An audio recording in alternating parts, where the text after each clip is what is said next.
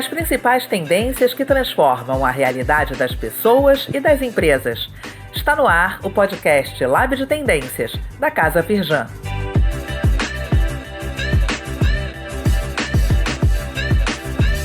Fala pessoal, bem-vindas e bem-vindos a mais um episódio do podcast Lab de Tendências. Aliás, o primeiro do ano e, como sempre, com temas relevantes, atuais e convidados fantásticos. Eu sou Yuri Campos e hoje a gente vai falar sobre o mercado de tecnologia.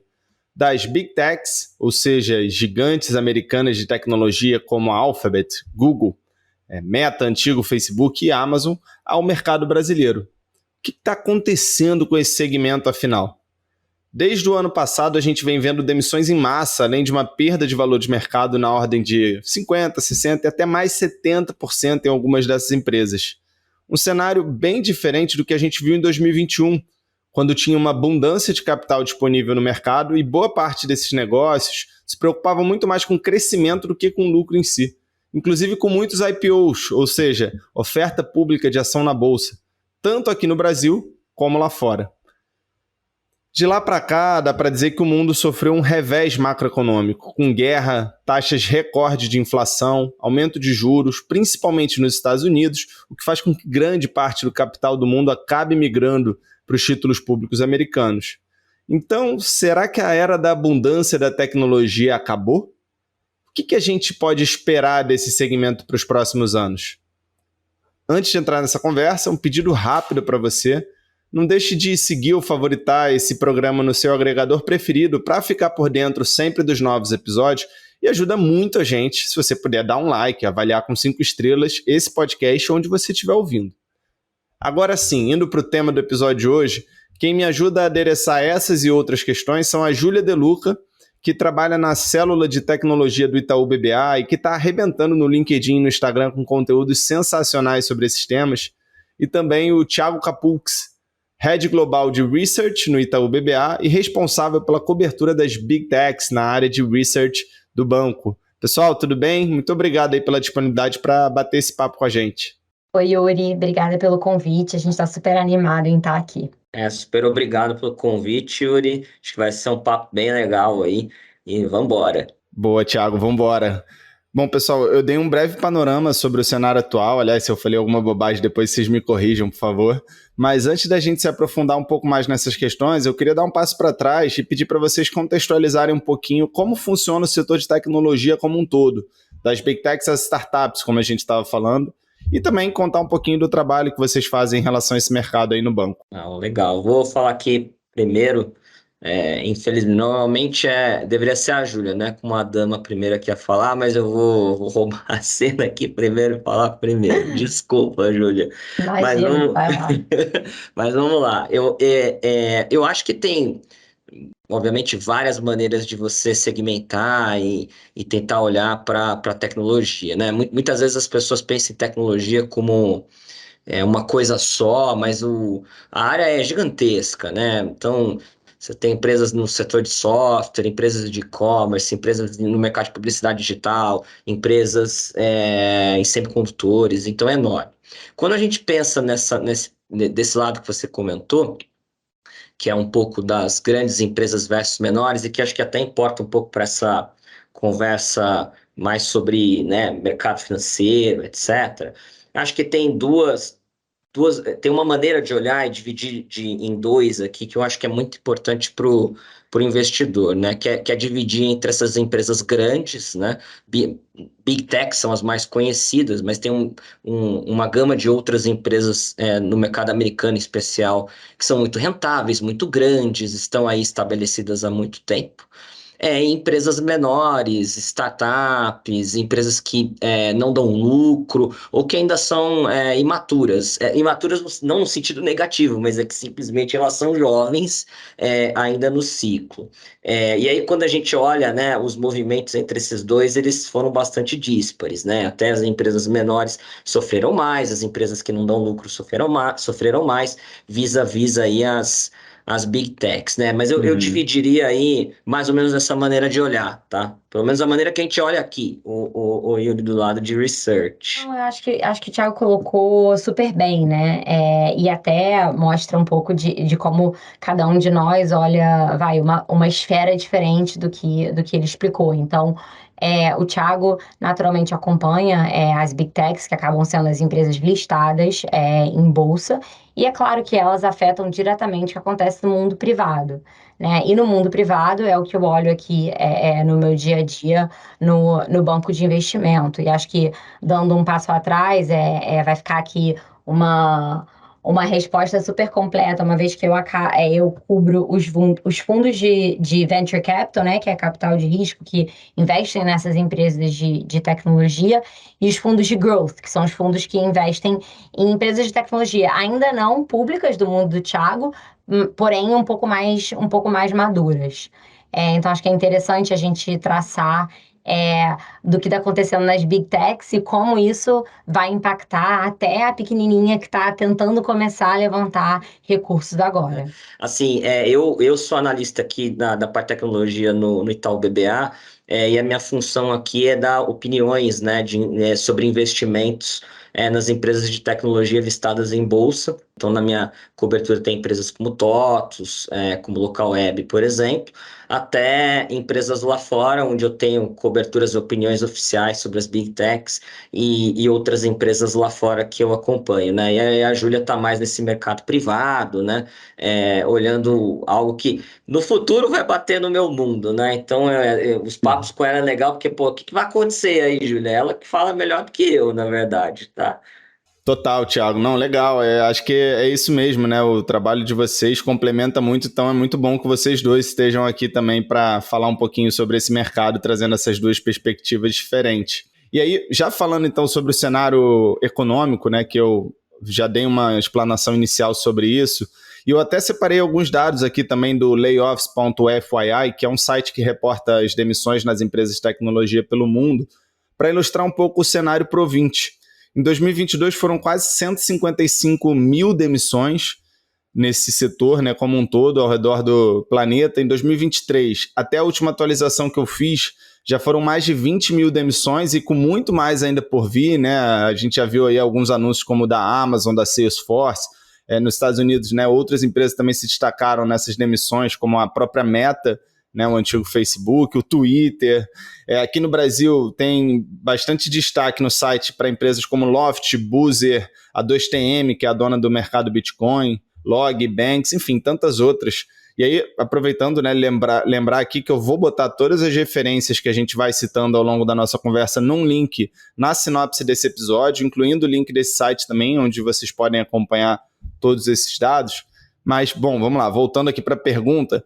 Aí eu queria saber, então, quais são os impactos, Thiago, do cenário econômico global nessa retração nos investimentos em tecnologia, na diminuição do valor e nas demissões em massa dessas empresas. Quais são os pontos que vocês destacam, né? Como que esses pontos se conectam entre si também?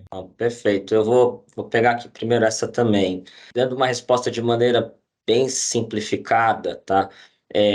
O principal fator aí desse movimento é um ajuste aí nas taxas de juros lá fora, desculpa, gaguejando aqui, e que fazem com que o custo, né, financeiro, o custo de capital das empresas aumente. Então, o que acontece de maneira prática? A gente passou por muito tempo, né, praticamente desde a crise lá de 2008, desde 2010, basicamente, por um mercado onde o dinheiro foi ficando cada vez mais barato, o acesso, né, a dinheiro cada vez mais fácil, uma liquidez muito grande, e criou-se, né, até por talvez uma adaptação, etc., uma vontade nas empresas de crescer mais, de buscar coisas novas, etc. E, obviamente, que o cuidado com os custos ou com uma disciplina, etc., ele ficou um segundo plano, um terceiro plano, né? Natural, não é nada errado, é algo daquele ambiente. Uma vez que os Estados Unidos, o Fed, vem com um ajuste de política monetária, né, para combater a inflação, basicamente dizendo, tem liquidez demais, tem dinheiro demais aí, etc, etc. você passa a ser um mercado que, caramba, o capital não está mais de graça, né? Então eu preciso começar aqui a ajustar e eu gerar aquele dinheiro, né? Então é um processo natural. Esses layoffs vêm de justamente uma parte do ciclo econômico onde a gente está ajustando mesmo. Olha, agora eu preciso que você dê lucro, que você gere caixa, etc. Preciso ter uma visibilidade, etc.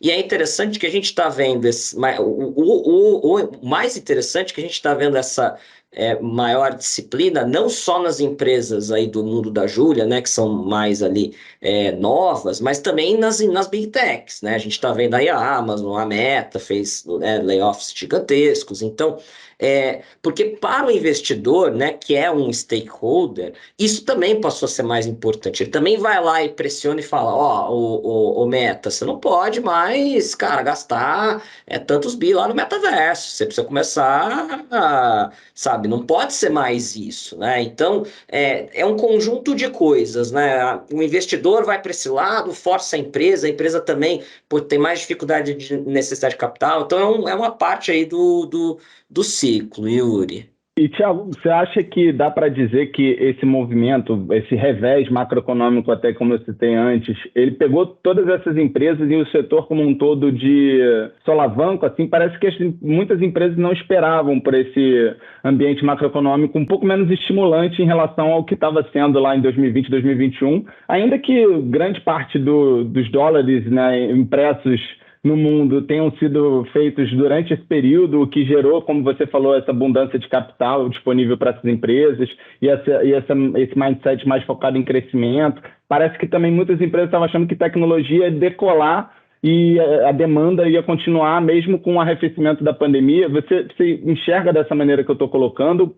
Por que pegou todo mundo de surpresa? Se é que pegou? Então, essa pergunta é bem boa. Eu acho que tem que separar aqui a discussão. Uma discussão do fundamento, da demanda. É uma discussão, tá? Demanda do produto, demanda por smartphones, por PCs, etc. Por exemplo, que aumentou muito na pandemia.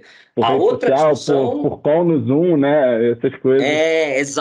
Exatamente. Pelo próprio varejo online. Isso, exatamente. Mas essa é uma discussão. A outra discussão é a discussão de dinheiro em excesso na economia, que, na verdade, é o processo que a gente viu ano passado, essa segunda parte que eu comentei. Agora, certamente aqui, a Júlia também, né? Quantas vezes a gente não viu posts ou comentários do tipo, será que acabou, não existe mais crise, né? Eu lembro em 2019, que estava em Nova York, assim, poxa, será que acabou as crises, não tem mais crises? Então, assim, porque a gente passou por um período muito longo positivo. Eu acho que desde os anos 50 não tinha um período de tantos anos de o que a gente chama de bull market, né? Então, assim, existe uma acomodação que ela é natural, e obviamente você tem que pensar que a pessoa que está lá no Google ou na Meta ou na Microsoft, ele não é um banqueiro, né? Ele não é um especialista em ciclo econômico. Então, enfim, é um ajuste natural, de fato, sabe? Mas acho que tem que separar bem, tá? Essa discussão de ajuste lá de múltiplos, de custo de capital, etc., da demanda, de como a empresa está indo operacionalmente, etc. Eu acho que entrando aqui e colocando algumas coisas que eu acho que são relevantes para essa discussão, eu sempre gosto de falar que, na verdade, se você olha os números históricos, agora falando de investimento em venture capital mesmo, em capital de risco dessas empresas privadas, na verdade, 2021 que foi o ponto fora da curva, né? Em 2021, só no Brasil foram 10,5 bilhões de dólares investidos em startups no mercado de venture capital. Quando a gente traz para 2022, ele cai para 5,2, tá? Ou seja, metade do que a gente viu em 21. Mas a verdade é que se você olha o histórico, em 2020 foi 3,5 e em 19, 3,7. Ou seja, assim, esse ponto é super importante. É importante para corroborar que 2021 que foi o ponto fora da curva. E eu acho que com isso na cabeça, quando a gente traz para o cenário de 22, eu acho que foi exagerado tudo que essas demissões, toda hora layoffs, etc. Assim, layoffs acontecem na economia e acontecem. É claro que em 2022 tudo foi um pouco mais exacerbado justamente por esse cenário macro que o Thiago trouxe. Mas se você olhar para os números históricos como um todo, acabou que no mercado privado de tecnologia, a coisa até que foi bem, né? Eu acho que dado tudo mais constante, digamos assim. E o ponto que é interessante, que o Thiago trouxe, que é importante falar, como ele disse, que afetou o mundo privado e também o público, é que o que aconteceu em 21 é que as empresas sabiam que, quando precisassem, ia ter capital de algum fundo ali para injetar mais na empresa e ela crescer. Não foi mais verdade em 2022 e não será mais verdade em 2023. O que isso leva, né? Isso faz com que os fundadores, os executivos, eles fiquem mais preocupados com o que a gente chama de bottom line, que é o caixa, né, da empresa, e não gastar dinheiro à torta e à direita apenas para crescimento, né? Acho que em 2021 a retórica é crescimento a todo custo. Em 2022 você pode crescer, porém, você não vai ter o capital sempre ali disponível. Então, vai com calma, né? Então, acho que a retórica mudou um pouco. Então, essa mudança é importante. Eu não acho que as pessoas, os fundadores, etc., foram pegos de surpresa. Eu acho que houve um momento de ajuste. Então, no início do ano, quando a gente começou a ver toda essa mudança, o fundador ainda achava que ele poderia continuar gastando, que iria ter em um cenário potencial dinheiro disponível. No entanto, o que ele foi vendo, que ele foi tendo que se conscientizar, é que não haveria. Assim, os fundos ficaram, de fato, mais dirigentes, ficaram mais seletivos e penalizaram. Começou no público, como eu disse na minha resposta anterior. Sempre começa no público, em tech, e ele vai afetando estágio por estágio, até afetar as mais early stages, né, mais novas. Então, começou no mercado público. As empresas que cresciam pra caramba e não geravam caixa foram as mais afetadas, se você olhar no ponto de vista de valuation. Quase que instantaneamente afetou-se as empresas que a gente chama de pré-IPO, né? Que são as grandes que estão ali na boca para fazer um IPO. Essas que só queimavam caixa não tinham mais saída. Então, tiveram que voltar para casa, fazer o dever de casa e mudar um pouco a postura. E aí, isso foi afetando cada uma das empresas em cada uma dos estágios. Então, acho que o ponto aqui, eu estava lendo um artigo interessante na semana passada, é que se 2021 foi o ano de abundância e 2022 foi o ano de ajuste, 2023 é o ano da estabilização, em que os fundadores vão entender quanto que de fato vale a empresa, os fundos vão estar um pouco mais calmos e vão investir com um pouco mais de parcimônia, porém, todo mundo quer ver crescimento ainda, todo mundo quer ver tecnologia sendo promissora. Porém, agora, não naquele ritmo de 21, que não estava saudável. Vamos a um ritmo um pouco mais devagar. Então, acho que é legal a gente colocar o panorama dessa forma. Não, perfeito. Acho que vamos aprofundar um pouquinho mais já aí nesse cenário daqui para frente, mas só voltando um pouquinho ainda sobre essa questão do venture capital, né, do capital de risco que você falou. Achei legal o dado que você trouxe.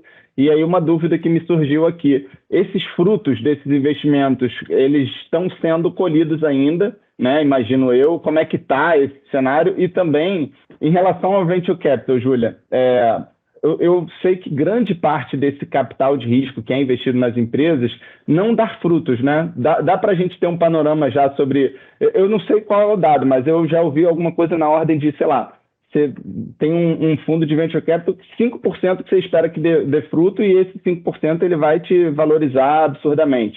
É nessa ordem?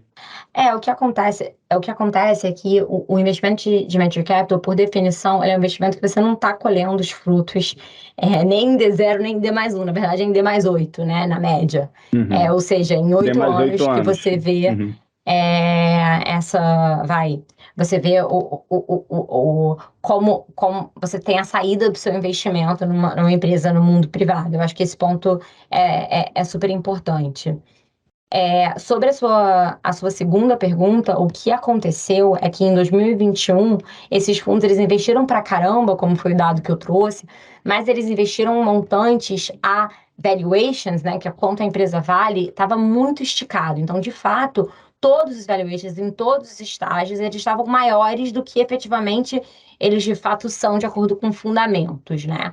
Então, quando a gente puxa para 2022, 2023, de fato, é claro que é mundo privado, então não é marcado, é mercado todo dia, mas de fato o valuation dessas empresas caiu referente a 21.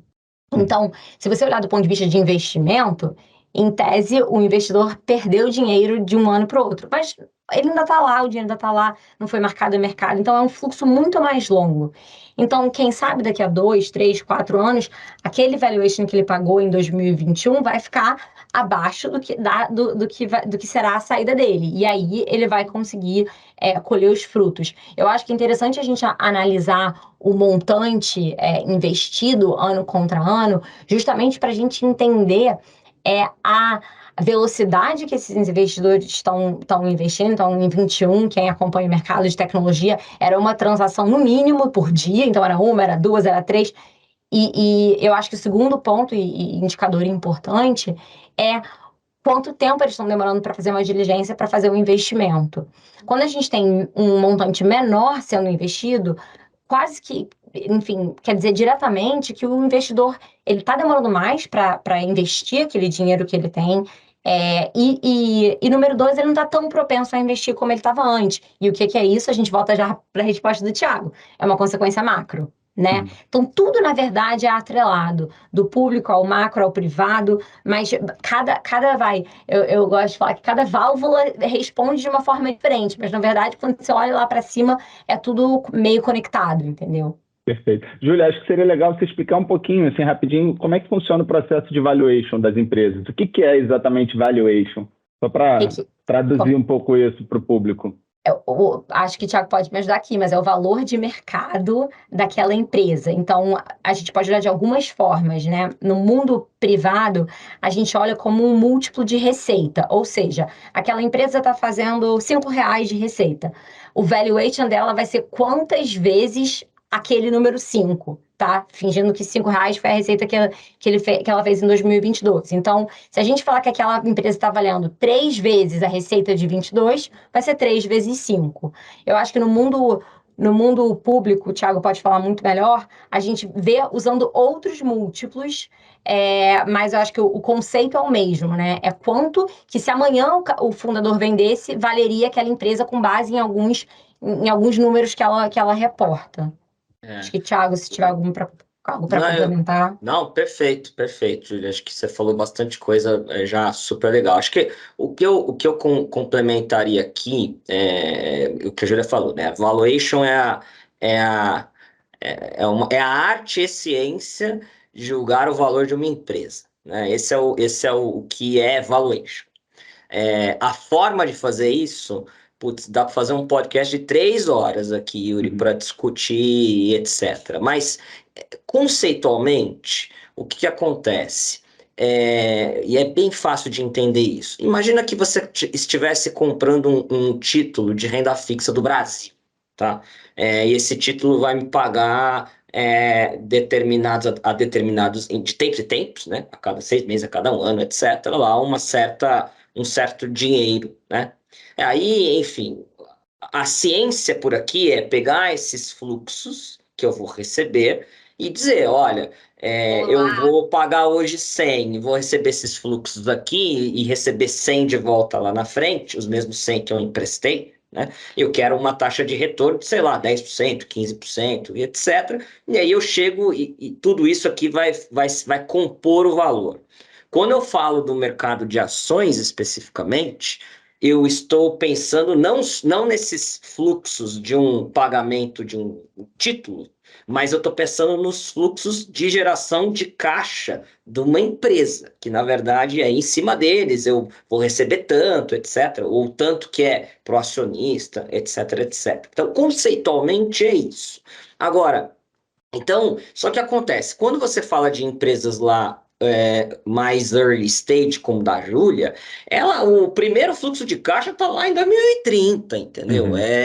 Vai ficar anos dando 0 ou menos, negativo, etc., para dar 30.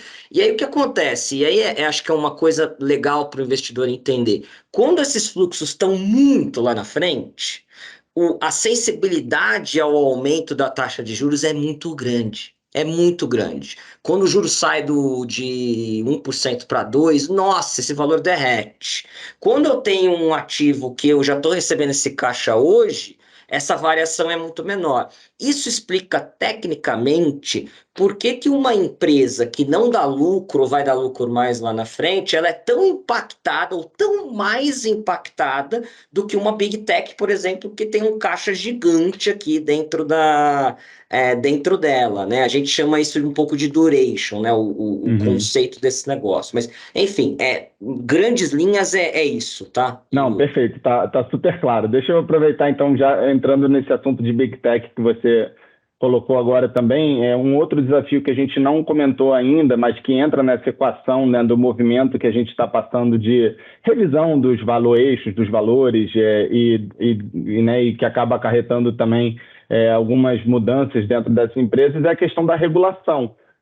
Tem tido uma pressão muito grande de órgãos públicos, principalmente na Europa, mas o Biden também recentemente deu uma cobrada forte em relação a como que essas Big Techs tratam os dados dos usuários, preocupações com questões de monopólio, cobrança de mais transparência por parte dessas empresas.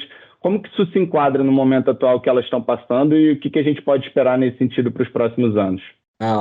A pergunta é excelente. Também dá para fazer mais um podcast de 3 horas. Dá para ter um podcast para cada uma dessas perguntas. Só dessa pergunta, tá? Mas vamos lá. Antes da gente falar disso, as Big Techs são bem diferentes entre elas, tá? Bem diferentes. Então, Microsoft está mais relacionada à nuvem, Google e Meta no mercado de publicidade, Amazon e-commerce, Apple em hardware. E aí, quando a gente olha para a regulação, os temas são gigantescos e super amplos. Então, tem desde, não poder ter mais só uma App Store exclusiva, até o tema que você comentou, do uso de dados, etc. Quando a gente olha para o espectro todo, aonde eu gasto muito tempo com isso, tá? Aqui na parte de research, principalmente com a regulação no mercado de publicidade digital. Então, a gente está falando aqui principalmente de Google e Meta, um pouquinho de Amazon, mas principalmente de Google e Meta, tá?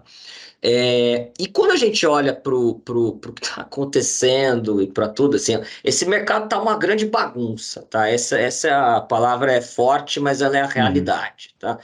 E em resumo, o que acontece? O regulador europeu, ele, inclusive na semana passada, né, aí dentro dessas notícias que você comentou, teve até a gente que escreveu um relatório sobre isso ontem.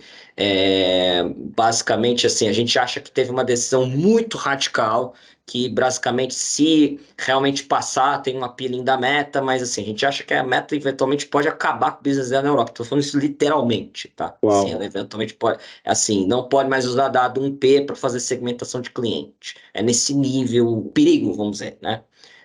Então, assim, o ponto a gente tá indo para talvez até um extremo, principalmente na Europa, onde todas as pessoas com quem a gente conversa, a gente tem um acesso legal a pessoas lá, etc. E um pouco da impressão que a gente tem aqui é que é uma discussão, assim, não tem discussão, entendeu? Então assim, cara, existe um apelo gigantesco por mais privacidade, que eu acho que ele é muito justo. Existe um apelo para que as pessoas tenham um maior controle sobre quais informações podem ser usadas. Isso é um tema que vem para ficar, ele é um tema positivo, porém, a gente está olhando muito para um lado só, que é o lado do usuário. Tem um outro lado, assim, essas empresas, a Meta e o Google, elas não existem porque elas são bonitas, elas existem porque elas provêm um serviço. O serviço para aquela empresa fazendo publicidade, e muitas delas são empresas pequenas, é a padaria da esquina, a sapataria que fica no tal lugar, é o restaurante aqui da frente, e eles têm um trabalho legal de redução de custo de publicidade, de trazer mais clientes para esses lugares. Só que isso tudo depende de fato de dados, de você poder usar, poder levar uma propaganda, por exemplo, mais específica para alguém, etc. Então, em resumo, a Europa está indo para um extremo grande, os Estados Unidos estão sendo followers nesse assunto, então estou querendo dizer, provavelmente o que aconteceu na Europa pode ser proxy para o que vai acontecer nos Estados Unidos. Tem vários processos judiciais lá, em várias, de maneiras maiores ou menores. E o que dá para dizer, eu acho que assim, poucas conclusões, muito risco e uma chance que eu te diria assim, se a gente fizer conversar sobre publicidade digital daqui a uns 4 anos, eu acho que vai ser muito diferente do que é hoje. É uma das umas poucas, talvez a única conclusão que dá para ter dessa conversa toda, Yuri. Não, boa, legal. Bom que a gente já está olhando para frente, então, né? Acho que regulação, sem dúvida nenhuma, é uma das tendências, um dos assuntos que a gente precisa estar atento quando a gente pensa no mercado de tecnologia. O que mais que a gente pode falar, assim, de tendências que vocês estão enxergando para esse mercado para os próximos anos? E aí acho que a gente já pode pegar também um gancho com o ótimo report que você lançou recentemente, né, Júlio? What's the next big thing em 2023, em 2023. Também teve a SES recentemente, que é a maior feira de tecnologia do mundo. Então, o que vocês estão olhando assim dentro desse mercado daqui para frente? O que as pessoas, né, que querem entender um pouco mais do mercado precisam olhar? Vou começar aqui e o Thiago me complementa. Assim, é indiscutível que em 2023 a grande tendência, o assunto que vai todo mundo falar é a inteligência artificial.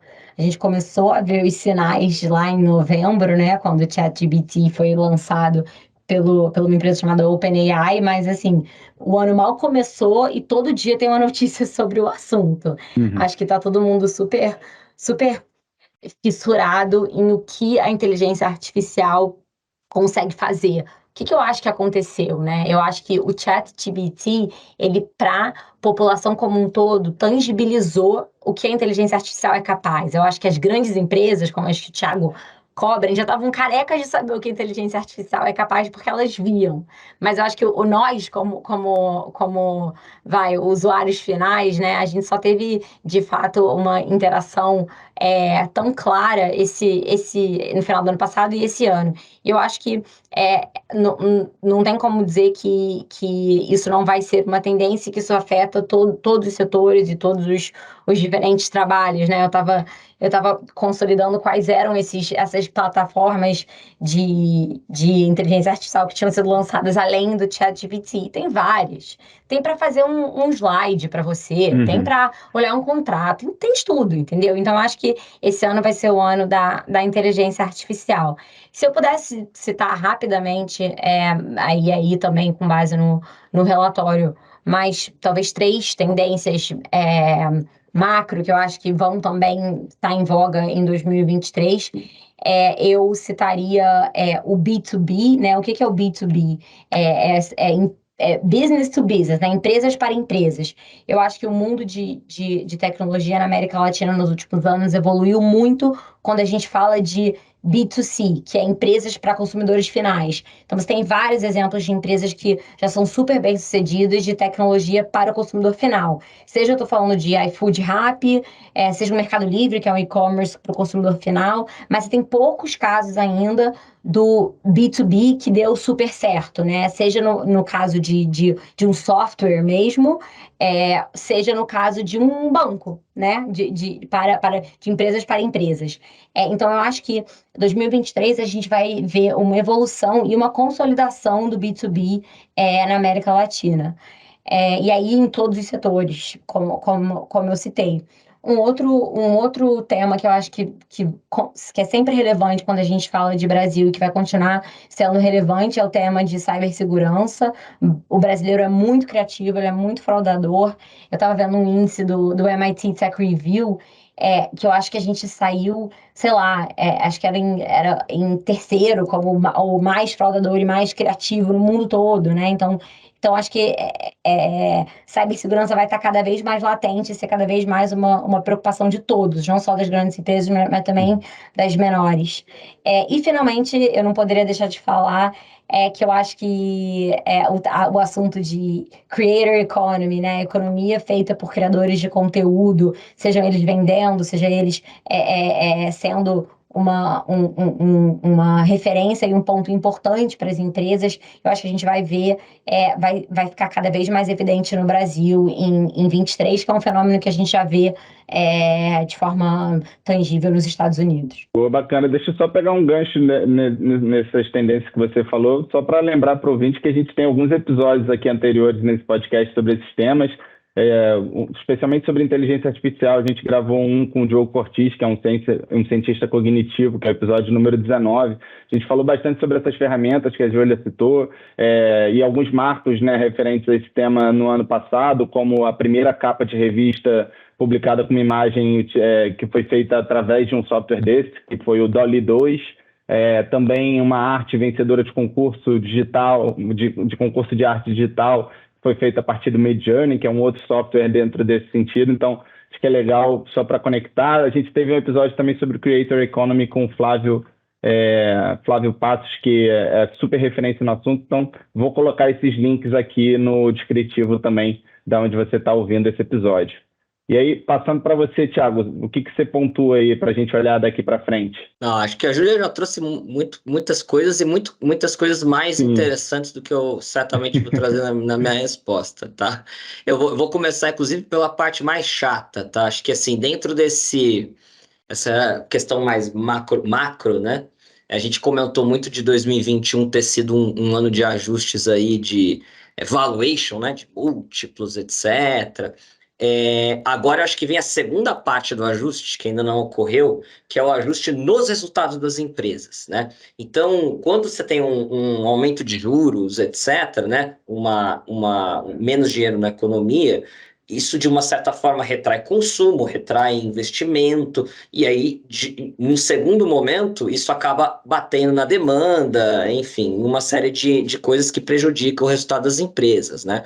Então, esse efeito é um efeito que ainda aconteceu muito pouco, Yuri. Inclusive, é um dos motivos pelo qual a gente está, em geral, negativo com as Big Techs, né? A única Big Tech que a gente está um pouco mais animado é a Meta, mas mesmo assim é um animado difícil, tá? Com dificuldade. Então, eu acho que a gente vai ver principalmente um primeiro semestre aí do ano com revisões aí para baixo de resultados, etc., resultados mais desafiadores aí para as empresas. Em relação a novidades, eu acho que, assim, dentro do mundo que eu cubro, né, que é o mercado público, ou das empresas que eu olho, eu acho que vai ter muita novidade nesse mercado de publicidade que eu comentei, tem muita coisa regulatória aí que pode vir. Eu acho que tem um movimento muito interessante do que a gente chama de retail media, que são empresas como a Amazon, a Walmart e aqui no Brasil a Amelie, né, o Mercado Livre, que estão indo para o mundo de publicidade, aproveitando dos seus dados próprios, né, de compra, né, que é o dado mais valioso para o advertiser, é o dado de compra. Então, assim, essa monetização desse serviço de advertising sempre foi pouco ou mal feita, e esses caras estão já executando muito legal nessas oportunidades. Esse é um baita tema, talvez seja o maior tema aí entre empresas de e-commerce e advertising. E outro tema que eu acho que vai ser legal esse ano vai ser tem uma expectativa grande da Apple lançar o seu device de virtual reality, né? Augmented reality, a gente, sei lá, se tivesse chutar vai ser um óculos, mas sei lá, como é a Apple, sei lá, o cara pode trazer um chapéu e que ser demais, assim. Então, acho que tem uma expectativa legal, eu tenho a impressão que no primeiro semestre a gente vai ver também esse lançamento, talvez em setembro no máximo, ali normalmente que é o evento de lançamento anual da Apple, então super animado. E cibersegurança aí que a Júlia falou é um baita tema. Nossa, no meu trabalho anterior a gente investiu em várias empresas de cibersegurança, a gente ganhou dinheiro nesse setor, assim, puta, super fértil, super legal, e na própria Microsoft é um tema bem relevante. A Microsoft já virou, acho que a maioria das pessoas que está estudando aqui provavelmente não sabe, mas a Microsoft hoje é a maior empresa de cibersegurança do mundo em receita. Então é relevante aí para ela, para quem acompanha as Big Techs, é um tema também para ficar ligado aí. Sem dúvida. A gente já fez também 2 eventos com diretores da Microsoft de cibersegurança falando sobre o tema. Eu vou colocar também aqui no link para o pessoal que está ouvindo. Então, pessoal, queria agradecer demais, Thiago, Júlia, foi muito bom o papo e a gente vai agora para o nosso momento Dica de Ouro. E aí, além de agradecer muito a participação de vocês, eu queria pedir, então, as considerações finais e uma dica de conteúdo relacionado ao tema para quem quer se aprofundar ainda mais. Quer Eu tava começar, brincando, Júlia?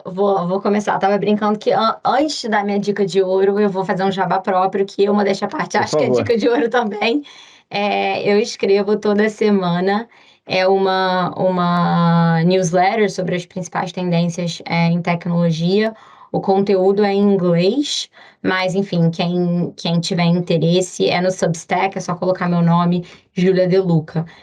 Mas se eu tivesse que escolher uma dica aqui, que não é tão conhecida no Brasil, mas que eu acho assim, a melhor de todas, eu digo de fonte, né, de temas sobre tecnologia, eu diria que é um portal chamado The Information, que tem tanto um aplicativo quanto notícias diárias. Ele é pago se você quer ter o aplicativo, mas para mim eles, como é que a gente fala em inglês, né? Eles break, né? Eles geralmente dão as primeiras notícias, são os mais rápidos. É fundado por uma mulher que eu super admiro, que mora no Vale do Silício e tem vários repórteres que trabalham para ela. Então, eu acho que essa seria uma dica que não é óbvia, mas que é muito bacana para quem consome conteúdo em inglês e quer ficar sempre na crista da onda no que tange a tecnologia. Bom, do meu lado aqui, minha primeira dica é seguir a Júlia, né? O conteúdo dela é ótimo, tá? Então, dica aí, sigam a Júlia aí, que tem um conteúdo muito legal. Eu acho que teria um monte de coisas interessantes, mas eu acho que de tudo que eu vi no ano passado, tem um podcast que eu gosto muito de escutar, tá? Eu recomendo para qualquer um que gosta de investir e que gosta de aprender e gosta de profundidade, que é o Invest Like the Best. É em inglês, tá?